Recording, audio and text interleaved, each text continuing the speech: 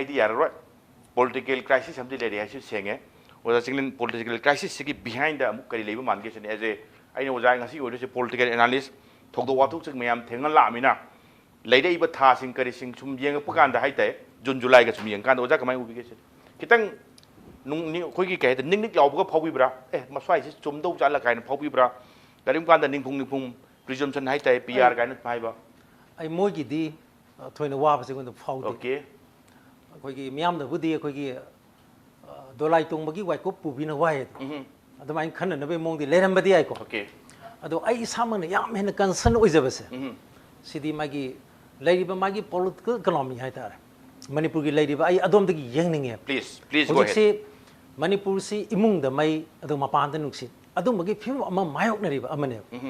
aduna kariu matam da masi khoi drama ra hadi political drama ra aduga masi tasina crisis tu oribra natragan masi fact la natragan real la natragan loina pun bazala hai bisi mayam da zaman da ama policy exactly masisu politics amane ai gi meng da masisu politics amane ada masisu kana ba amasung kana da basule aduga masina sum sangdhara ba simadi soite karima drama wari lawrase koina world wrestling entertainment in WWE na malai koi babok sing sina yam man ba hata I ga ta da ne ta launa da khongna da chung da na waisin da ga tau yam man ba aduga manung da di mu stage haidi mogi sigi hek kum da ragadi studio da sang ragadi na tragna koi kanu da sang ragadi moi tong na du si yena doi ne mo paisa se haidi khoi gi sok pa su sok ta ba su ade aman ba su man ta ba su madai paisa si yena doi ne mati paisa yam phangning ai si lei ba aduna babok sing da yam man ba aduga tasing na tori ba potu yam stage da to hai ta na aduna crisis si kari matam da manufacturing crisis ra haidi manufacturing drama si thoina khoi gi manufacture to ba drama political drama ada manufacture to ba khoi gi crisis ra hai gi question ama miyam na hangai se kari gi no da asugumba chawraba party strongest party in the world ne na moina su claim to jari ba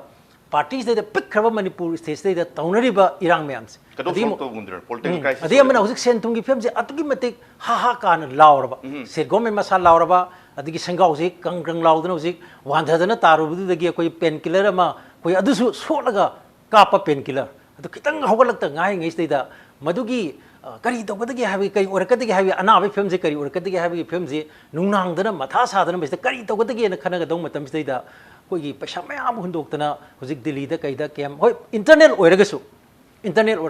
Delhi da kai da chali kholi kain taunari mayam se koi lebaki magi sentum exchequer dagi paisa oiribra natraga lanai gi oiribra lanai oiragasu mai yang ba sembam mayam di changum gani ba madu even hoi mayam da gadi masi koi gi black money ga do black money oram da bjai ko oram da bjai khangdre mayam ting ka doine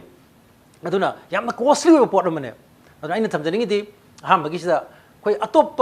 party ga tongna ba natragna sakar semam dai gum oiragadi se gawa da thuidana adi missing je su dana ngasagi MLA mayam ji tawdana koi gi mai kare resort politics ka hai moi di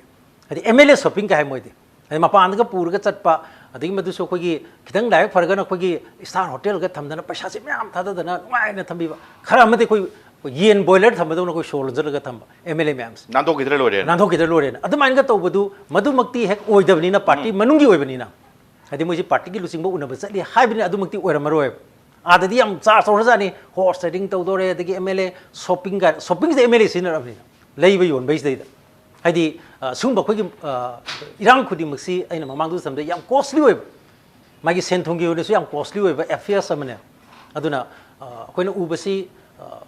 khoi sam le men amna ubdu sum uram doisi kamai uram gudi gebo sigi crisis sina drama boiro amo boiro sum kuisila agadi mamang koi thokra experience lekre sumaina koi gi financial crisis ga political crisis ga punna chaldi irol of the social unrest lai aduga mekhu karga lotion green mamang da ma thokib jo ja karam ka akrawa adu cease fair gi matam da so koi thoi si masi president rule lakhre adegi di adai matam da sigi instability yam chauna le hadi political stability khudimana loim phani have su leite hadi matamam da ko loilam hai tare british na koi sasan to yam stabilize orga stability se padana le gi matamam ne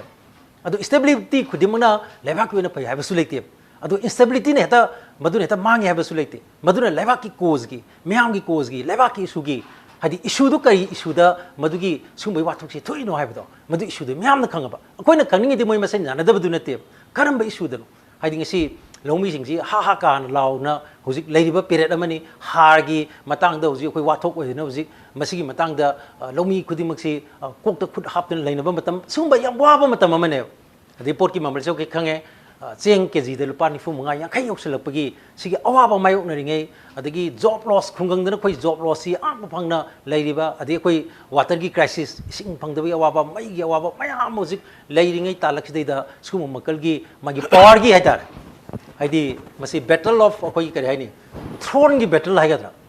ꯍꯥꯏꯗꯤ ꯑꯥꯏꯗꯤꯌꯥꯒꯤ ꯃꯥꯒꯤ policy ꯃꯦꯇꯔꯗ ꯌꯥꯅꯔꯛꯇꯕ ꯑꯗꯒꯤ ꯂꯩꯕꯥꯛꯀꯤ ꯏꯁꯨꯗ ꯌꯥꯅꯔꯛꯇꯕ ꯃꯤꯌꯥꯝꯒꯤ ꯏꯁꯨꯗ ꯌꯥꯅꯔꯛꯇꯕ ꯑꯗꯨ ꯅꯠꯇꯕ ꯁꯤꯒꯤ ꯃꯥꯒꯤ ꯏꯟꯇꯔꯅꯦꯠ ꯑꯣꯏꯔꯒꯁꯨ ꯃꯗꯨ ꯀꯔꯤꯅꯣ ꯍꯥꯏꯗꯣ ꯑꯩꯈꯣꯏꯅ ꯈꯪꯗꯕꯁꯦ ꯃꯁꯤ ꯌꯥꯝ ꯅꯨꯡꯉꯥꯏꯇꯦꯕ ꯑꯗꯨꯒ ꯑꯃꯅ ꯑꯩꯅ ꯊꯝꯖꯅꯤꯡꯕꯁꯤ ꯑꯩꯈꯣꯏ ꯍꯧꯖꯤꯛ ꯍꯧꯖꯤꯛ ꯀꯩꯅꯣꯅꯁꯨ ꯍꯥꯏꯕꯤꯈ꯭ꯔꯦ ꯍꯧꯖꯤꯛ ꯄꯥꯔꯂꯤꯌꯥꯃꯦꯟꯠꯀꯤꯁꯤ ꯌꯥꯝ ꯂꯨꯕ ꯑꯃꯅ ꯌꯥꯝꯅ ꯀꯟꯇꯦꯟꯁꯤꯌꯁ ꯑꯣꯏꯕ ꯕꯤꯜ 22ꯒꯨꯝꯕꯁꯦ ꯕꯤꯜ ꯌꯥꯝꯃꯤꯀꯣ ꯑꯗꯨꯏ ꯃꯊꯛ ꯍꯦꯜꯂꯦ ꯂꯥꯞꯁ ꯑꯣꯏꯈꯤꯕ ꯃꯃꯥꯡꯒꯤꯗꯨꯗ ꯍꯥꯏꯔꯤꯕ ꯂꯥꯞꯁ ꯑꯣꯏꯕꯁꯤ ꯇꯞꯅ ꯇꯞꯅ ꯍꯧꯖꯤꯛ ꯂꯧꯈꯠꯂꯒ ꯃꯊꯪ ꯑꯩꯈꯣꯏꯒꯤ ꯃꯁꯤ ꯄꯥꯔꯂꯤꯌꯥꯃꯦꯟꯠꯁꯤ ꯂꯥꯡꯊꯣꯔꯛꯄꯒꯤ ꯄꯣꯠ ꯑꯃ ꯂꯥꯛꯏꯕ ꯍꯧꯖꯤꯛꯁꯦ ꯇ꯭ꯔꯤꯄꯜ ꯇꯂꯥꯛꯀꯤ ꯑꯩꯈꯣꯏ ꯋꯥ ꯇꯥꯔꯦ ꯑꯗꯒꯤ ꯑꯩꯈꯣꯏꯒꯤ ꯚꯦꯍꯤꯀꯜꯒꯤ ꯃꯣꯇꯣꯔ ꯚꯦꯍꯤꯀꯜꯒꯤ ꯑꯦꯃꯦꯟꯃꯦꯟꯠ ꯁꯤꯁꯨ ꯃꯔꯨꯑꯣꯏꯅ ꯔꯣꯗ ꯁꯦꯐꯇꯤꯒꯨꯝꯕ ꯀꯔꯤꯒꯨꯝꯕꯒꯤ ꯏꯁꯨꯁꯤ ꯌꯥꯎꯗꯦ ꯑꯗꯨꯅ ꯁꯦꯐꯇꯤꯒꯤ ꯀꯟꯁꯔꯟꯒꯤ ꯃꯍꯨꯠꯇ ꯇꯁꯦꯡꯅ ꯑꯩꯈꯣꯏꯒꯤ ꯗ꯭ꯔꯥꯏꯚꯔꯒꯨꯝꯕ ꯍꯥꯏꯗꯤ ꯁꯤꯟꯃꯤ ꯑꯗꯒꯤ ꯃꯥꯒꯤ ꯒꯥꯔꯤ ꯊꯧꯔꯤꯕꯁꯤꯡꯁꯤꯗ ꯑꯣꯏꯅ ꯇꯥꯏꯅꯔꯀꯥꯟꯗ ꯃꯁꯤꯒꯤ ꯃꯣꯏꯗ ꯄꯦꯅꯥꯜꯇꯤ ꯆꯥꯎꯅ ꯂꯧꯒꯗꯧꯔꯦ ꯍꯥꯏꯗꯅ ꯃꯗꯨ ꯌꯥꯝꯅ ꯀꯟꯇꯦꯟꯁꯤꯌꯁ ꯑꯣꯏꯗꯅ ꯃꯁꯤꯒꯤ ꯕꯤꯜꯁꯤꯒꯤ ꯃꯥꯌꯣꯛꯇꯕ ꯑꯩꯈꯣꯏ ꯌꯥꯝ ꯀꯟꯅ ꯂꯥꯎꯅꯈꯤꯕ ꯑꯃꯅꯦꯕ ꯑꯗꯨꯅ ꯇꯞꯅ ꯁꯤꯒꯤ ꯀꯟꯇꯦꯟꯁꯤꯌꯁ ꯑꯣꯏꯕ ꯕꯤꯜꯁꯤꯒꯤ ꯃꯅꯨꯡꯁꯤꯗꯩꯗ ꯁꯦꯕꯤꯒꯤꯁꯨ ꯂꯩꯔꯤꯕꯅꯤ ꯅꯠꯇ꯭ꯔꯀꯣ ꯑꯗꯨꯅ ꯁꯤꯒꯨꯝꯕ ꯃꯌꯥꯝꯁꯤꯗ ꯑꯩꯈꯣꯏ ꯀꯔꯤ ꯇꯧꯒꯗꯒꯦ ꯑꯩꯈꯣꯏ ꯀꯔꯤ ꯄ꯭ꯔꯤꯄꯦꯌꯔ ꯇꯧꯒꯗꯒꯦ ꯑꯩꯈꯣꯏ ꯀꯔꯤ ꯃꯗꯨꯒꯤ ꯊꯧꯔꯥꯡ ꯁꯦꯝ ꯁꯥꯒꯗꯒꯦ ꯑꯗꯒꯤ ꯃꯅꯤꯄꯨꯔꯒꯤ ꯍꯧꯖꯤꯛ ꯂꯩꯔꯤꯕ ꯁꯦꯟ ꯊꯨꯝꯒꯤ ꯐꯤꯕꯝꯁꯤ ꯑꯩꯈꯣꯏ ꯂꯣꯏ ꯈꯪꯉꯦ ꯂꯧꯎ ꯁꯤꯡꯎꯗ ꯀꯔꯣꯔ 335 ꯑꯗꯨꯋꯥꯏꯃꯨꯛꯇꯅꯤ ꯑꯩꯈꯣꯏꯒꯤ ꯍꯟꯗꯛꯀꯤ ꯊꯝꯃꯤꯁꯦ ꯀꯔꯣꯔꯁꯦ ꯍꯟꯗꯛꯀꯤ ꯆꯍꯤꯒꯤ ꯑꯗꯨꯒ ꯁꯦꯟꯗꯣꯏ ꯁꯦꯂꯦꯞꯀꯤ ꯑꯩꯈꯣꯏꯒꯤ ꯗꯦꯞ ꯁꯥꯔꯚꯤꯁꯤꯡ ꯍꯥꯏꯇꯥꯔꯦ ꯁꯤꯗ ꯆꯠꯂꯤꯁꯤꯗꯤ ꯃꯃꯥꯡꯒꯤ ꯔꯤቫꯏꯁ ꯑꯦꯁꯇꯤꯃꯦꯠꯇꯣ ꯑꯩ ꯌꯦꯡꯕꯗ 2000 ꯀ꯭ꯔꯣꯔꯁꯀꯨꯝꯕꯅꯦꯕ ꯑꯗꯨꯅ ꯑꯩꯈꯣꯏ ꯁꯤꯒꯤ ꯁꯦꯟꯗꯣꯟꯒꯤ ꯀꯣꯝꯁꯤꯗ ꯄꯨꯊꯔꯤꯉꯩ ꯃꯔꯛꯁꯤꯗꯩꯗ ꯍꯟꯗꯛ ꯑꯩꯈꯣꯏꯅ ꯃꯄꯥꯟꯗꯒꯤ ꯂꯧꯔꯤꯕ ꯀꯩꯅꯣꯁꯦ pen ꯀꯤꯂꯔꯁꯦ open market tagi loan sisu amuk pusalibane aduna hojik ngasida poi wangang nursery tamiba natra ngasidang poi wangang dusu lupa crore se ton mayol badina kogi per capita dep haitare ko mikok ta tolisi pisak bigir angang du bukta kogi sahida lupa crore kano da kogi lupa lising kuntra manga chang tol kaduri ne hadi population da para yes population para ga hebne sumai na kogi da wangang amsu ton ba pisagi adu ki polum dur nandur polum di mang pohol doi ne ai tolo se okay. se desam da sigi polum si angang masa du yong pudori ne akoi di sum da koi nungai re ne lek tuis adu si 7 pe gi kari wa hari si hoi employee sing na di mo yaning dri mai atai tai se ka manana tau di habi ki poso dum le di na ko aduna hojiki sentungi angpa crisis economic crisis adigi lawu simugi crisis asuma sukkan leige problem di marks deida masigi issues naithera kanda kogi power gi miyamna sonesi summagadi just for kogi power gi sec power gi politics aduga masigi manufacture tawdana madu semba orgadi madu am laibak thini ni madu gi lesson do madu miyam pangbadi na tamina hoi nong panglam bay ni panglam bay om subudadi miyamna koi onjalaktana kogi irolubadi mamang da ta gi do sa do hadi neta out people in na do sa soin ta kan okay thank you ai oja tong product lakse sei tong break ki matung lakse ke tong break ki matung dei fake news ki man